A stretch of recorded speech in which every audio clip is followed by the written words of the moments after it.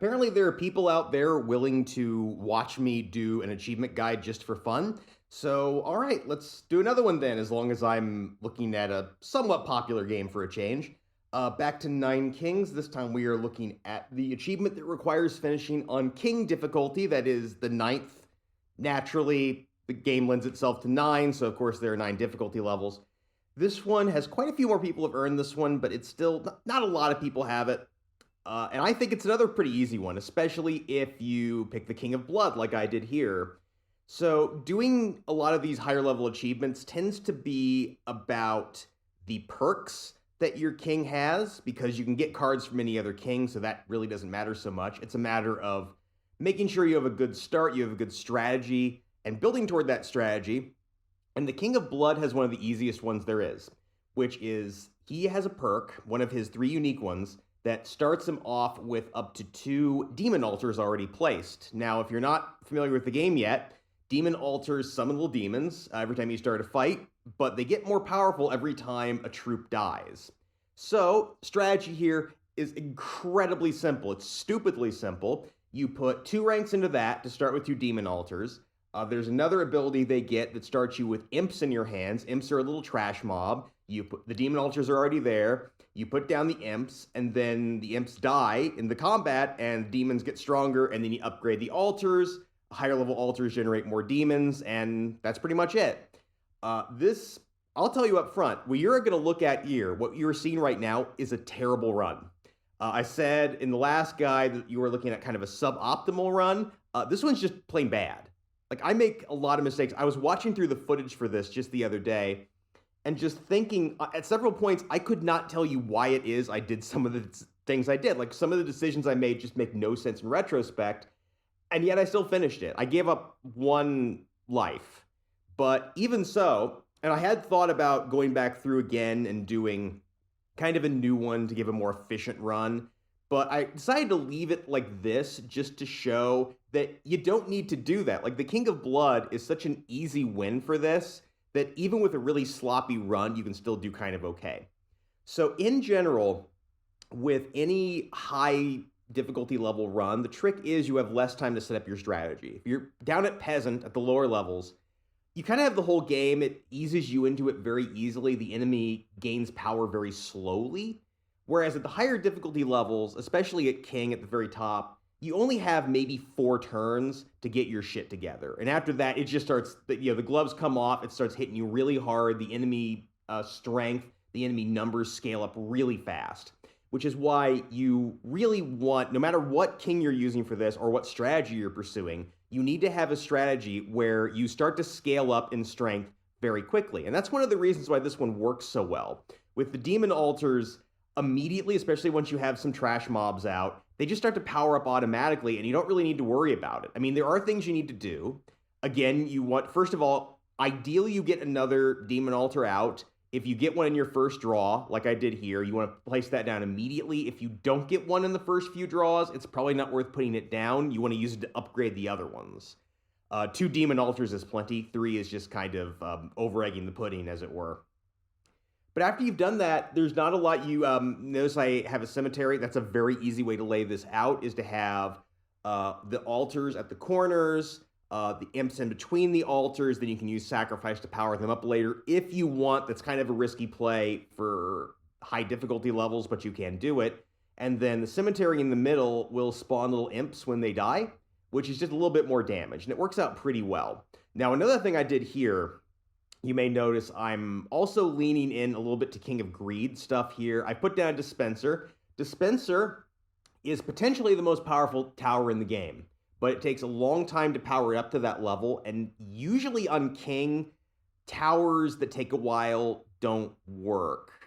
The King of Blood has one, the Mangler. Mangler is maybe my personal favorite tower, and you really, really do not want to use it for one of these high-level runs, because it just takes too long for it to get powerful. You have to deal with the fact that it is killing your own troops in order to empower itself. I actually had another run before this where, even though I know by now that Mangler's a terrible idea for a high-level run, I got a bunch of Mangler cards right at the top. I was able to level one up to level 3, so I'm thinking, well, maybe this will work. It doesn't work. All right, this is the one run where I give it up. Only happens the one time. It's because, again, I made some sloppy mistakes with regards to placement, but it's still kind of going okay. This is the only time they break my defenses. But back to that dispenser. The trick to the dispenser is, for those of you not familiar with the game, it increases its fire speed when you get money. You get a small amount of money, 9 coins naturally, in between each fight, no matter what you do. But if you're relying on that, it's not enough. You need to get money from other sources. So you kind of do need to lean into King of Greed and use their cards to power it up first to kind of get it running. Once it gets up to speed, and you will see this one get up to speed by the end, it is an absolute monster, but you don't need to do this. It kind of works out fine either way. I had some terrible decrees this time. Transmutation's good enough. It just powered up my imps. Now, honestly, once you get things rolling, there's not a lot of ways to screw this up. Really, you don't even necessarily need to place down more cards. It's just whatever you want to do here once you've got all your altars powered up. It doesn't necessarily matter. You can use other King's cards if you want. I'm going with Greed here. You don't necessarily need to do that, although I will point out one little piece of advice if you're struggling with getting these high-level runs. In addition to the cards you're getting, you also need to note what enemies you're going to be facing, because different kings send different troops. They have different attack styles, and that affects things too. One thing I discovered with King of Stone, King of Stone tends to use walls for defense a lot, is for whatever reason, the King of Greed, their thieves, break down walls really fast. I don't know if it's intentional, but it does mean if you are doing a King of Stone run, you pretty much never want to have the King of Greed as an enemy. So that is, some of them, it's different. Like the King of Blood and the King of Prosperity tend to attack en masse, which is great if you have area effect attacks, but certain other layouts, it works really badly against them. And it just kind of depends. These are things you have to work out bit by bit. For a change, the dispenser actually worked out for me because I was able to get a vault going. So that little building over there gives more money, which means that the dispenser is getting faster and faster and faster. So that worked out all right. Now, as to the other kings, I have completed a king run with every currently unlocked king except the King of Prosperity. The King of Prosperity is such a nightmare to do because he has such a slow start. Honestly, probably my least favorite set of cards too, and one of my least favorite set of perks. But the rest of them kind of vary in difficulty. Probably the next easiest, where I think it's kind of a lateral move, is the King of Nature. King of Nature has a perk that starts you off with a mycelium, which is another sort of tower that spawns mini towers. And it's another one where if you place it early, it gets really powerful really quick. Kind of the later you get it, it's just like the demon altars or the dispensers. The later you get it, the less effective it is. The King of Nature starts with one if you have that perk. So after that, all you need to do is get a really good defensive line, which you can get very easily by abusing Clone and Procreate, the King of Nature's disgustingly powerful cards. King of Spells, which is probably my least, probably tied with the King of Prosperity for my least favorite ruler, is actually really good for this too, because he gets a really cheap perk that makes his attack from his citadel, from his main building, it has a random chance to just kill the enemy instantly, up to 15%, and it chains, and it will kill everything it chains too. That is disgustingly powerful, and you can absolutely do a run just using that. It is, however, down to luck, because you can get into situations where the attack will fire a whole bunch of times, and it won't proc the instant kill, which sucks. The way you get around that is by having a really great defensive line. That's another time where the King of Greed is really effective because you can use Overinvest and Beacons to speed up the attack of the Citadel. There's a decree called Static Force that speeds it up a lot, so that makes it really easy too. It's risky, but it works, and it's pretty easy once you get it rolling out. The King of Greed, since we've been talking about him a lot, is a possibility if you get a really good opening hand. Realistically, Dispenser is only going to work if you get it immediately. If that's in your opening hand, you can play it. You get maybe a beacon to put next to it. You get a couple of mercs or some other defensive unit from another king. It can work, but it's risky. Probably the safer play is just to go with mercenary spam with a bunch of vaults. Just have a whole bunch of troops and then just run the enemy down. That probably works about as well as anything else. Moving into somewhat harder kings, the King of Stone took me quite a few tries to get through. Doing an all-tower run, you can pull it off. It is very tricky. I mentioned earlier, if you're going to do this, you do not want to have the King of Greed. Having a dispenser is nice, but it may not be worth it in this case. But you can absolutely pull it off if you are willing to mix things up. You might need to get a few troops in now and then, but it works all right. There is an element of luck, though. You kind of need a really good opening start with the King of Stone.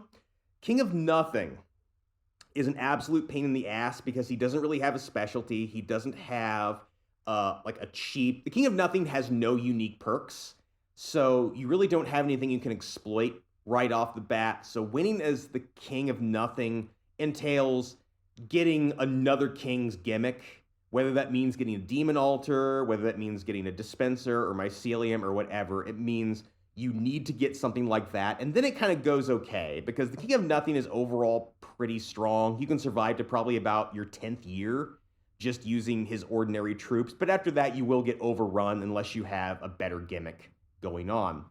So that's pretty much how it goes. Now, okay, we've got my dispenser is pretty juiced up here. Oh, look at that thing fire. These things can get obscenely fast and are very critical if you're going for a level 99 run. I've only done one of those once, and the time I did it, it was with the King of Prosperity, one giant super dense stack of rats with 8 dispensers around it. It was pretty awesome. So yeah, that's about it. You are now seeing my incredibly powerful demons. They've been incredibly amped up from all the death that's been occurring. There is I kind of talked through this, there is a decree that increases the power of all the demon altars. I would pick those out.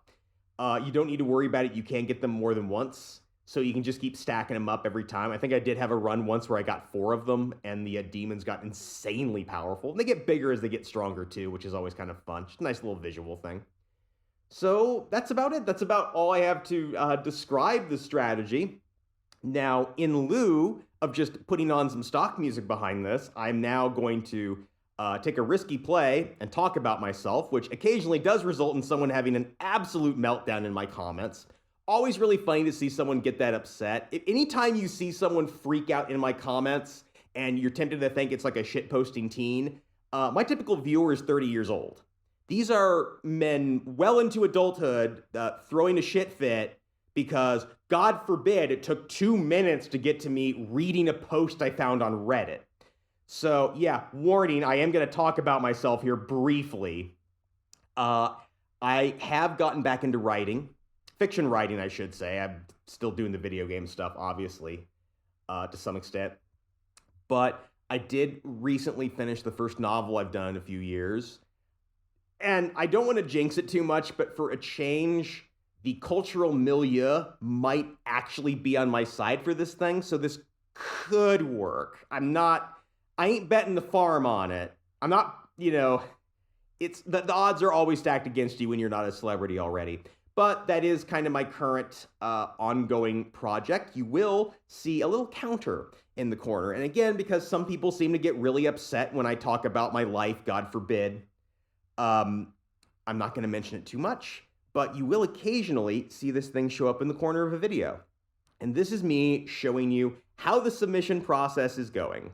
So keep an eye out for that. If you are curious, I did something like this before, back before this was a video game channel, and it resulted in me going into a long, extremely loud rant after a while, which maybe you should subscribe just to see that. It should be funny, and I think you will enjoy it. And everybody enjoys it when a person who's normally even-tempered loses his shit completely. So subscribe if you want to see that down the line.